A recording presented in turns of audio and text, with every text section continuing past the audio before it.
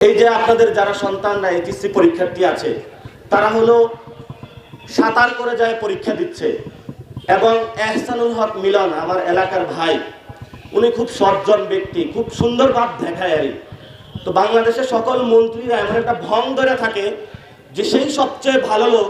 তা আপনি যদি ভালো লোক হন, আপনার একটা সন্তান সাঁতার কেটে পরীক্ষা দিতে যাচ্ছে এইচএসসি পরীক্ষার্থী, এবং তার সাথে যে মা আছে বাবা আছে, এতটুকু হাঁটু পরিমাণ রাস্তায় পানি, সে গিয়ে গর্তের মধ্যে পড়তেছে, আপনার চোখে লজ্জা শরম নাই যে আপনি এই ব্যবস্থাটা দেখতে পান না?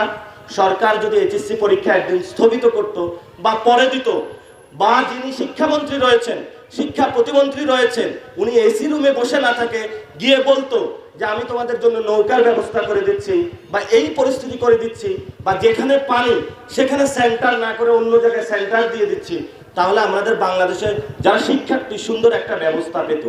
কিন্তু এই ব্যবস্থা না করে প্রধানমন্ত্রী যারা বন্যায় গরু ডুবে যাচ্ছে, মানুষ মারা যাচ্ছে, সেখানে না ঘুরে গেলেন বরিশালে। সেখানে এর আগের দিন হলে উনি ঢাকা মেডিকেলে গেলেন, প্রিয় জুবাইদা রহমানের সাথে সেলফি তুললেন। ওনাদের বিয়ের আগে শুনছি মানুষ প্রেম করে, প্রধানমন্ত্রীর আলহামদুলিল্লাহ বিয়ের পরে যে সুন্দর প্রেম, বাংলাদেশের মানুষ শুধু প্রেমে দেখতে পাচ্ছে, এই বাংলাদেশে কোনো আর পরিবর্তন দেখতে পায় নাই।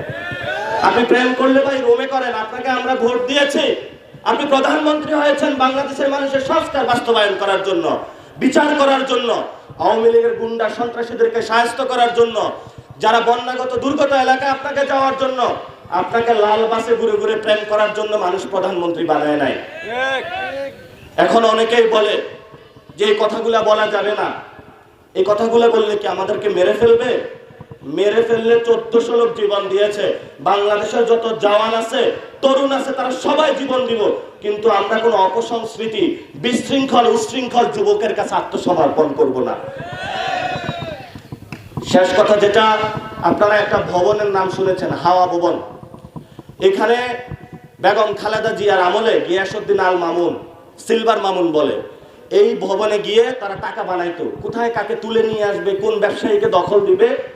এই হাওয়া ভবনটা হলো গিয়ে লন্ডনে বসেছে। এই হাওয়া ভবনের যারা গ্যাং, উশৃঙ্খল যারা যুবক, তারা এখন বাংলাদেশে এসে ক্ষমতায় বসেছে। এই উশৃঙ্খল যুবকদের হাতে বাংলাদেশ সঠিক আমরা নিরাপদ মনে করি না। আমাদের স্বাস্থ্য শিক্ষা ব্যবস্থা যদি ঠিক করতে হয়, তাহলে এই শৃঙ্খল যুবকদের থেকে বাংলাদেশকে মুক্তি দিতে হবে।